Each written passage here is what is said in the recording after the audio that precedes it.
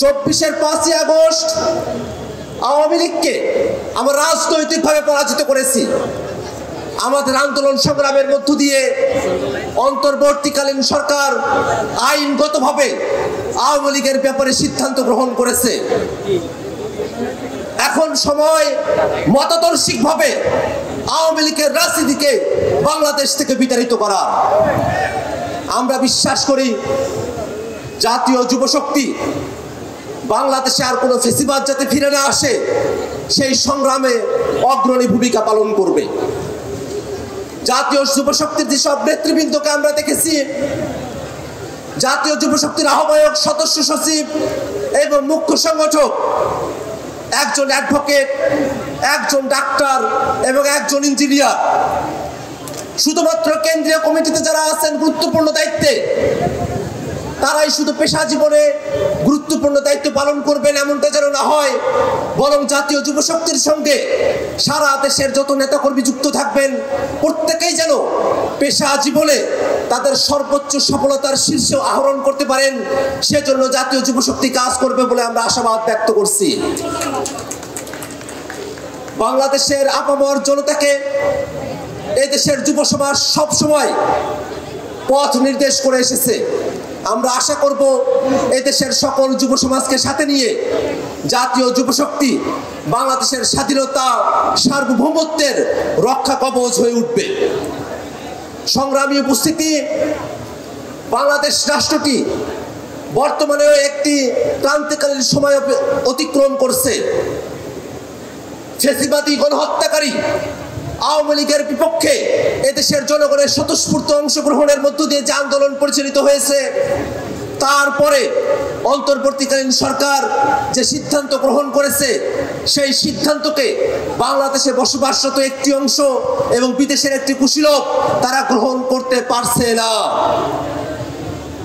আওয়ামী লীগের কার্যক্রম নিষিদ্ধ হওয়াকে যারা গ্রহণ করতে পারছে না, আমরা তাদেরকে বলতে চাই, বাংলাদেশে গণহত্যাকারী, ফ্যাসিবাদী, জুলুমবাজ, স্বৈরতান্ত্রিক কোন শক্তিকে আপনারা কি আবার পুনরুজ্জীবিত করতে চান? বাংলাদেশের মানুষ আওয়ামী লীগকে বাংলাদেশে আর পুনর্বাসিত করতে চায় না। অতএব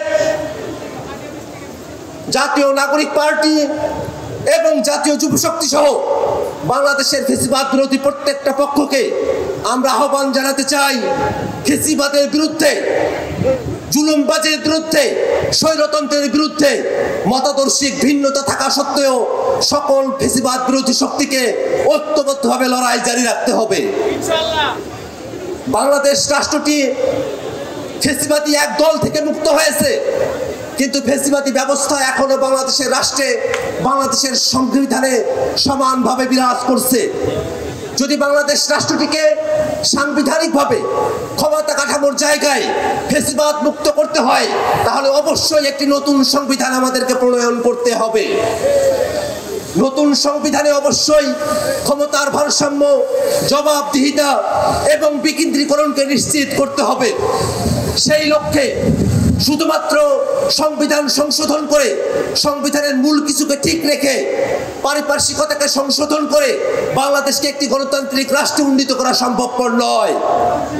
আমরা আজকের এই আত্মপ্রকাশ অনুষ্ঠান থেকেও দাবি জানাতে চাই, বাংলাদেশ রাষ্ট্রটিকে পরিপূর্ণভাবে গণতান্ত্রিক রাষ্ট্রে উন্নীত করার জন্য অবশ্যই নতুন সংবিধানের স্বার্থে একটি গণপরিষদ নির্বাচন আয়োজন করতে হবে।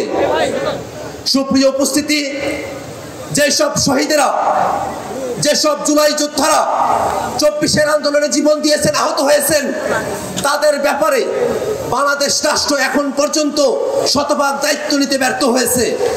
আমরা সরকারের কাছে আহ্বান রাখতে চাই, জুলাই যোদ্ধা এবং জুলাই শহীদেরা, তাদের পরিবারকে যথোপযুক্ত রাষ্ট্রীয় মর্যাদা এবং সুযোগ সুবিধা প্রদান করতে হবে।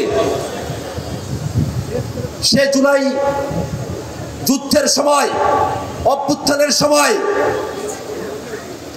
জগন্নাথ বিশ্ববিদ্যালয়ের ভাইরা, জগন্নাথ বিশ্ববিদ্যালয়ের শিক্ষার্থীরা যে গুরুত্বপূর্ণ ভূমিকা পালন করেছে, সেটাকে ভুলে যাওয়ার কোনো সুযোগ নেই। আমরা অন্তর্বর্তীকালীন সরকারের কাছে আহ্বান জানাই, জগন্নাথ বিশ্ববিদ্যালয়ের শিক্ষক এবং শিক্ষার্থীরা যেসব ন্যায্য দাবি দাওয়া নিয়ে রাজপথে হাজির হয়েছেন, অতি দ্রুত জগন্নাথ বিশ্ববিদ্যালয়ের শিক্ষক এবং শিক্ষার্থীদের সেই সব ন্যায্য দাবি দেওয়া সরকারকে বাস্তবায়ন করতে হবে। আমরা একই সাথে সরকারের কাছে আহ্বান রাখতে চাই, বাংলাদেশ রাষ্ট্রের স্বাধীনতা, সার্বভৌমত্ব, বাংলাদেশ রাষ্ট্রের জাতীয় নিরাপত্তা সংশ্লিষ্ট প্রত্যেকটা বিষয়ে সিদ্ধান্ত গ্রহণ করবার ক্ষেত্রে রাজনৈতিক দলগুলোর সঙ্গে পরামর্শ করে তবেই সিদ্ধান্ত গ্রহণ করতে হবে। মানবিক করিডোরের প্রয়োজন আছে কিনা, সেই করিডোরের নিয়ন্ত্রণ কাদের কাছে থাকবে, সেই করিডোর দিয়ে কি পারাপার হবে, প্রত্যেকটা বিষয়ে রাজনৈতিক দলগুলোর সঙ্গে আলাপ আলোচনা করে তারপরে সিদ্ধান্ত গ্রহণ করতে হবে।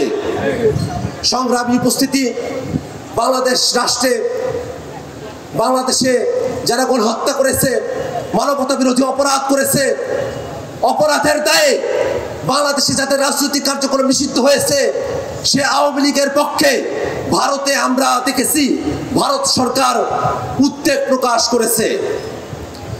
আমরা ভারত সরকার বাংলাদেশে দীর্ঘ সময় ধরে এই দেশের মানুষের সঙ্গে তারা তাদের রাজনীতি, তাদের সম্পর্ককে পর্যবেসিত করে নাই, বরং বাংলাদেশে ভারতের সম্পর্ক ছিল এই দেশের জনগণ বিচ্ছিন্ন ওই আওয়ামী লীগের সাথে। আমরা ভারত সরকারের কাছে আহ্বান রাখবো, বাংলাদেশে বাকশালী ফেসিবাদী, স্বৈরতান্ত্রিক, গণহত্যাকারী, মানবতা বিরোধী অপরাধী আওয়ামী লীগের সঙ্গে আপনাদের যে সম্পর্ক, সেই সম্পর্ক ছিন্ন করে এই দেশের মানুষের সঙ্গে সম্পর্ক তৈরি করতে হবে। বাংলাদেশের ব্যাপারে, বাংলাদেশের রাজনীতির বিষয়ে সিদ্ধান্ত গ্রহণ করবে বাংলাদেশের জনগণ। কোন বিদেশি প্রভু বাংলাদেশের রাজনীতিতে হস্তক্ষেপ করতে পারবে না। সংগ্রামী উপস্থিতি, বাংলাদেশের রাষ্ট্রকে, বাংলাদেশের সমাজকে সামনের দিকে এগিয়ে নিয়ে যেতে হলে এদেশের যুবকদেরকে তথ্যে, এদেশের যুবকদেরকে বিভিন্ন কিছুতে সব দিক দিয়ে দক্ষ করে তুলতে হবে। এদেশের যুব সমাজ মাদক মুক্ত হবে, এদেশের যুব সমাজ দেশকে নিয়ে ভাববে, এদেশের যুব সমাজ নতুন এক রাজনৈতিক বন্দোবস্তের জন্য তাদের জীবনকে উৎসর্গ করবে, এই আশাবাদ ব্যক্ত করে আজকের এই অনুষ্ঠানে আপনারা যারা উপস্থিত হয়েছেন তাদের সকলকে আবারও জাতীয় নাগরিক পার্টি এনসিপি এবং জাতীয় যুব শক্তির পক্ষ থেকে ধন্যবাদ জ্ঞাপন করে আমার বক্তব্য এবং আজকের অনুষ্ঠান এখানেই সমাপ্ত ঘোষণা করছি। ইনকিলাব জিন্দাবাদ।